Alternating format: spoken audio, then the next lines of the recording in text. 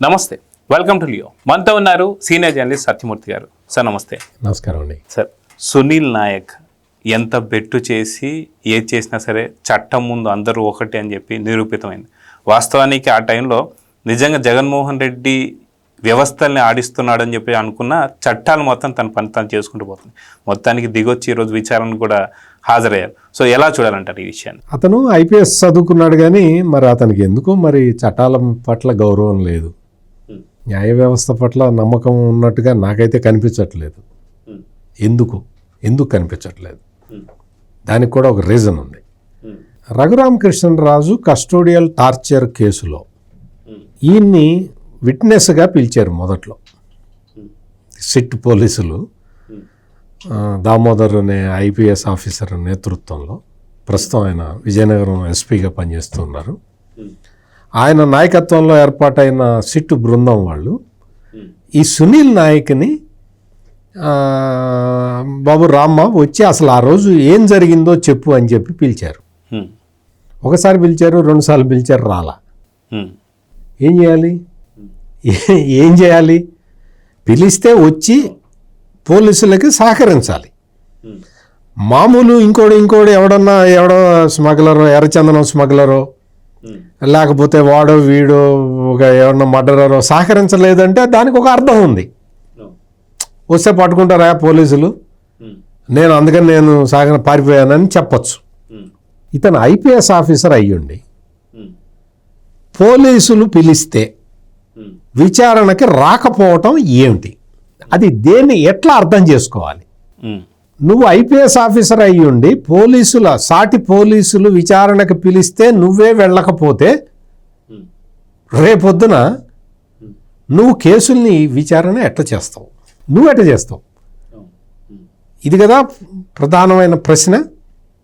మరి ఐపీఎస్ అధికారి అయ్యుండి పోలీసులు విచారణకి రమ్మంటే రాలేదు, విచారణకు రమ్మంటే రాకపోగా ఏం చేశాడు? 2 సార్లు 3 సార్లు పిలిచారు, అయిపోయింది. ఆ తర్వాత పాట్నా వెళ్ళారు.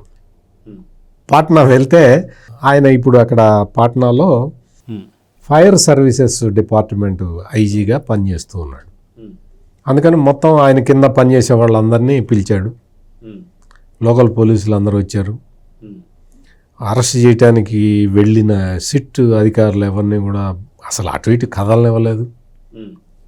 నువ్వు మా సార్ని అరెస్ట్ చేయడానికి వీలు లేదని ఎదురు తిరిగారు. అసలు ఈ వెళ్ళిన టీం వాళ్ళు ఒక దశలో అయితే భయభ్రాంతులకు గురయ్యారు. కానీ వాళ్ళు ఏమి అట్లా చేయలేదు. వాళ్ళు ఫామ్గా డీల్ చేసి బయటకు వచ్చారు, అది వేరే విషయం. అదే ఒక మహిళా పోలీస్ కూడా దామోదర్ గారిపై కొంచెం దురుసుగా కూడా మామూలుగా చేయలే. నీకు ఇంకోడైతే గుండెలు జారిపోయేవి.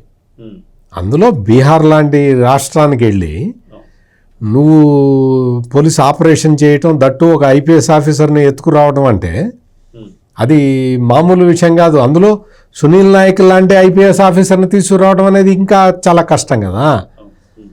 ఎందుకు కష్టమైంది? మామూలుగా అతను గనక సహకరించినట్టయితే మామూలుగా వచ్చి ఉండేవాడు. అతను అక్కడ ప్రతిఘటించాడు. ప్రతిఘటించటమే కాకుండా ఆ తర్వాత ఏం చేశాడు? ఈ ప్రతిఘటించిన టైంలో వాళ్ళకి సంబంధించిన వైసీపీకి సంబంధించిన మీడియాలో పెద్ద ఎత్తున ప్రచారం చేశారు. ఎస్పీ దామోదరు గోడ దూకి వెళ్ళాడు. గోడ దూకి వెళ్తారా? ఒక ఐపీఎస్ ఆఫీసర్ ఇంటికి గోడ దూకి వెళ్తారా? తెల్లవారుజామున నిద్రలో ఉండగానే తలుపు కొట్టారు. మరి 10ంటికి కొడతారా ఆఫీస్కి వెళ్ళటం? అదేమన్నా 10ంటికా? నువ్వు అర్ధరాత్రి తలుపు కొట్టించావు కదా. అంటే ఎందుకు చెబుతున్నానంటే ఇటువంటివన్నీ రాసి సునకానందం పొందారు. న్యాయస్థానానికి వెళ్ళిన తర్వాత అంటే ట్రాన్సిట్ రిమాండ్ ఇవ్వటానికి అక్కడ జడ్జి ఒప్పుకోలే. మీ కేసు ఏంటి, అదేంటి, ఇదేంటి అని అడిగాడు. అవన్నీ అడగాల్సిన అవసరం యాక్చువల్గా అతనికి లేదు. అక్కడ జడ్జి ఇవన్నీ అడగకూడదు. నిన్ను అడుగుతున్నది జడ్జిమెంట్ కాదు. నువ్వు ట్రాన్సిట్ రిమాండ్ ఇస్తావా ఇవ్వవా చెప్పాలంతే. ట్రాన్సిట్ రిమాండ్ ఇవ్వకపోతే ట్రాన్సిట్ రిమాండ్ నేను ఇవ్వను అంటే నీ ఉద్యోగం పోతుంది, నువ్వు ఎంత పెద్ద జడ్జి అయినా సరే. ఎందుకో తెలుసా, ఇక్కడ కేసు ఏంటి, అది వాళ్ళు వచ్చిన వాళ్ళు ఎవరు, ఇతను ఏం నేరం చేశాడు అన్నీ అందులో అక్కడ ఉంటాయి. అవన్నీ చూడాలి. ట్రాన్సిట్ రిమాండ్ ఇవన్నీ, బాబు మీరు నిజంగా ఆంధ్ర పోలీసులేనా అని అడగాలి, మీ ఐడి కార్డులు అవి చూపించండి అని అడగాలి. ఏదో అడుగు, నీ ప్రొసీజర్ ప్రకారం నువ్వు చేయాలి. అంతేగాని నేను ట్రాన్సిట్ రిమాండ్ ఇవ్వను అంటానికి వీలు లేదు. అది కూడా చేయించారు. ఆ రోజున వాళ్ళ పేపర్లో భారీ ఎత్తున రాయించుకున్నారు. ఆంధ్ర పోలీసులకి భంగపాటు, చంద్రబాబుకు షాక్ అని. చంద్రబాబుకు షాక్ ఏంటి అంటే ఈరోజు జగన్కి షాక్ అని రాసుకోవచ్చు. చెప్తున్నా, అయిపోయింది. దాని తర్వాత వీళ్ళందరూ ఈ సునీల్ నాయక్ ఈ బ్యాచ్ అంతా కలిసి వాళ్ళ డీజీపీ దగ్గరికి వెళ్ళి ఏదో మొరబెట్టుకుంటే ఆయన ఏదో నోటిఫికేషన్ ఇచ్చాడు. ఆ బలానా బిఎన్ఎస్ఎస్ సెక్షన్ ప్రకారం మా రాష్ట్ర పోలీసుల్ని అరెస్ట్ చేయాలంటే ముందు మా పర్మిషన్ తీసుకోవాలని ఇచ్చాడు. అది ఇచ్చినప్పుడు ఈ సాక్షి పేపర్లో ఓ పెద్ద లంబాచౌడ ఐటెం రాసుకున్నారు. నేను ఆ రోజే చెప్పా ఇట్ట నోటిఫికేషన్లు ఇవన్నీ బిఎన్ఎస్ఎస్ చట్టం ఉంది, ఆ చట్టం ప్రకారం నడుచుకోవాలి, భారత న్యాయ సంహిత ప్రకారం నడుచుకోవాలి. అంతే తప్ప దాని మీద నేను నోటిఫికేషన్ ఇస్తాను, ఈ నోటిఫికేషన్ని ఫాలో కావాలంటే నడవదు అనే విషయం నేను చెప్పాను. కానీ అప్పట్లో ఆ రోజున వాళ్ళ పేపర్లో రాసుకున్నారు పుంఖానుపుంఖాలుగా, నోటిఫికేషన్ ఇచ్చారు, ఇంకా సునీల్ నాయక్ని అరెస్ట్ చేయడానికి వీలు లేదు, అది లేదు ఇది లేదు అని. ఆ తర్వాత గుంటూరు నగరంపాలెం పోలీసులు నాన్ బెయిలబుల్ అరెస్ట్ వారెంట్ ఇచ్చారు, రెడ్ కార్నర్ నోటీసు, ఇవన్నీ సునీల్ నాయక్ పేరు మీద ఇచ్చారు. అవి ఇచ్చినప్పుడు అవి ఇచ్చిన తర్వాత హైకోర్టులో కేసు వేశాడు సునీల్ నాయక్. నాకు యాంటిసిపేటరీ బెయిల్ ఇవ్వండి, నాకు రక్షణ కల్పించండి, ఏదో ఆయన ఏమో అడిగాడు. అడిగితే ఆ జంక్చర్లో ఈ గుంటూరు పోలీసులు అరెస్ట్ వారెంట్ని విత్డ్రా చేశారు. అరెస్ట్ వారెంట్ని విత్డ్రా చెయ్యంగానే ఈ వైసీపీ అనుబంధ మీడియా అంతా కూడా సునీల్ నాయక్ మీద అరెస్ట్ వారెంట్ని విత్డ్రా చేశారు, లేదు కేసు అయిపోయింది అని ప్రచారం చేసుకున్నారు.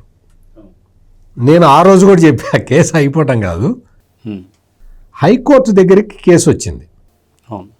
ఇక్కడేంటి, గుంటూరు పోలీసులు మొబైల్ కోర్టులో తీసుకున్నారు నాన్ బెయిలబుల్ వారెంట్. హైకోర్టులో సునీల్ నాయక్ కేసు వేశాడు. అక్కడ ఆర్గ్యుమెంట్స్ నడుస్తూ ఉన్నాయి. చట్టాన్ని న్యాయాన్ని గౌరవించే పోలీసులు, ఆంధ్ర పోలీసులు వాళ్ళు ఏం చేశారు అంటే, ఈ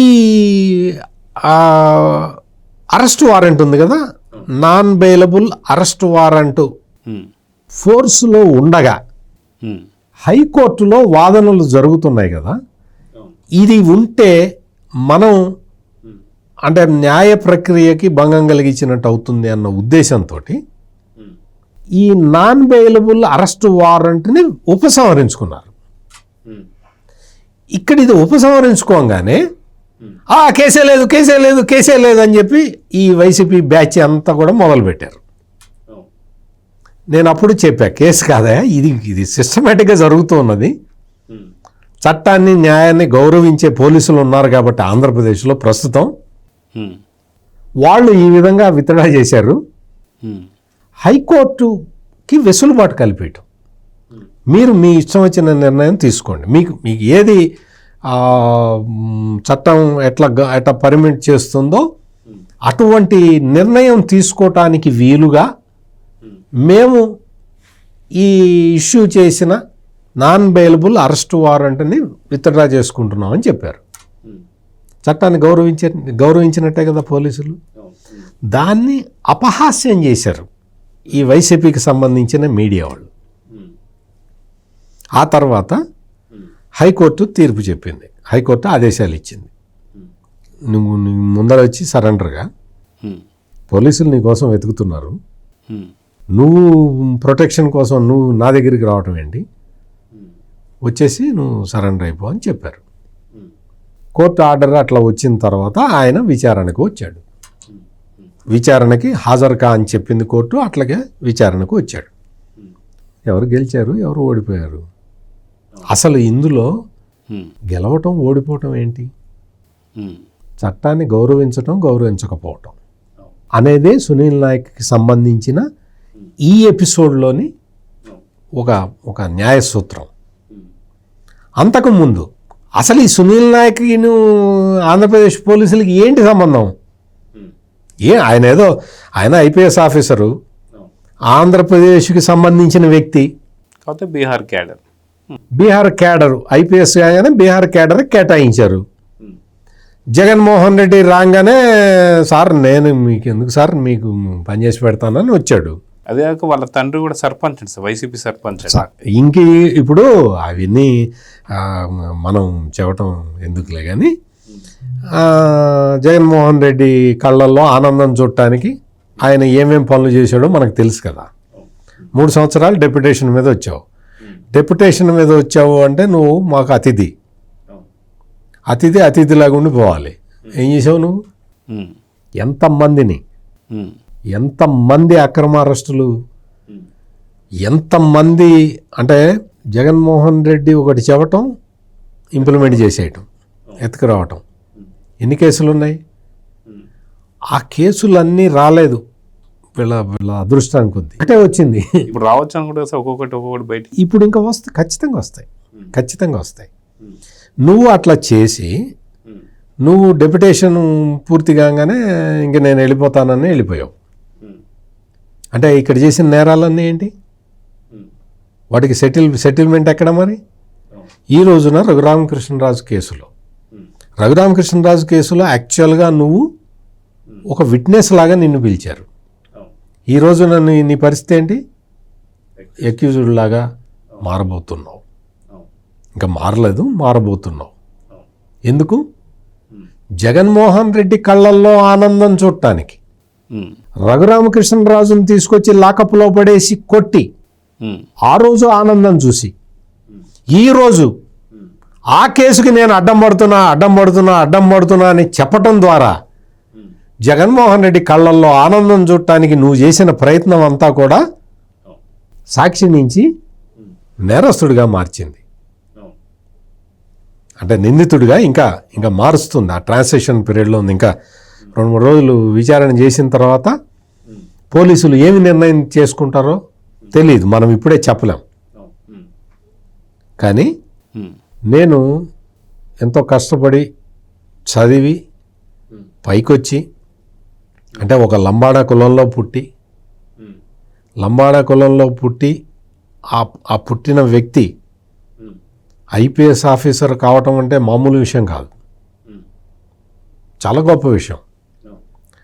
అంత సాధించిన వ్యక్తి అంటే అట్టడుగు వర్గాల నుంచి వచ్చి అత్యున్నత స్థానానికి ఎదిగిన మనిషి ఎంత మ్యాగ్నానిమస్గా ఉండాలి. నీ సంబంధించిన నీ లంబాడా జాతికి, అందులో ఇంకా నిరక్షరాస్యులుగా ఉన్న వాళ్ళకి, అన్ఎంప్లాయ్మెంట్ తోటి ఉన్న వాళ్ళకి, పేదవాళ్ళకి నువ్వు గవర్నమెంట్ స్కీమ్స్ ద్వారా నువ్వు సహాయం చేయించాలి. వీలైతే నీ వ్యక్తిగత డబ్బులు కూడా ఖర్చు పెట్టాలి వాళ్ళకి. అటువంటి ఉదాత్తమైన పనులు చేయాల్సిన నువ్వు చేసిందేంటి? జగన్మోహన్ రెడ్డి కళ్ళల్లో ఆనందం చూడటమా? నీ జాతి ఉద్ధరణ కోసం నువ్వు పైకొచ్చావు కదా, నీ జాతిని ఉద్ధరించాల్సిన బాధ్యత నీకు లేదా? బాబాసాహెబ్ అంబేద్కర్ చెప్పింది ఏంటి? నువ్వు చేసిందేంటి? నీ సాటివాడిని నువ్వే పైకి తెచ్చుకోవాలని ఆ మహానుభావుడు చెబితే నువ్వేం చేసావు? పాలకుల కళ్ళల్లో ఆనందం చూడటానికి ప్రజల్ని పీడించావు. ఇదేనా చెప్పింది నీకు? రాజ్యాంగం చెప్పింది ఇదేనా? అందుకని సునీల్ నాయక్, ఐఎమ్ రిక్వెస్టింగ్ సునీల్ నాయక్, ఇప్పటికైనా ఆ రోజు లాకప్లో ఏమి జరిగిందో వాస్తవం ఒప్పుకో. రఘురామకృష్ణరాజుని కొట్టించింది ఎవరో చెప్పు. ఎవరి ఆదేశాలతో కొట్టారు, ఎవరెవరు కొట్టారు, మొత్తం అన్ని సాక్ష్యాలు ఆధారాలతో సహా ఎస్పీ దామోదర్కి ఇస్తే నువ్వు చేసిన పాపానికి కనీసం నిష్కృతి అయినా లభిస్తుంది. సో చూద్దాం సార్, ఖచ్చితంగా సునీల్ నాయక్ ఆ రోజు వీడియో కాల్లో కూడా ఎవరు మాట్లాడారనేది కూడా బయటికి చెప్పాల్సి ఉంది. ఇప్పటికే ఆధారాలన్నీ కూడా సేకరించినట్టు దామోదర్ గారు ఇప్పుడు విచారణ చేయబోతున్నారు. సో ఏం జరుగుతుందో చూద్దాం. మరి నమస్తే సార్. నమస్తే. Please subscribe to Leo News for more videos.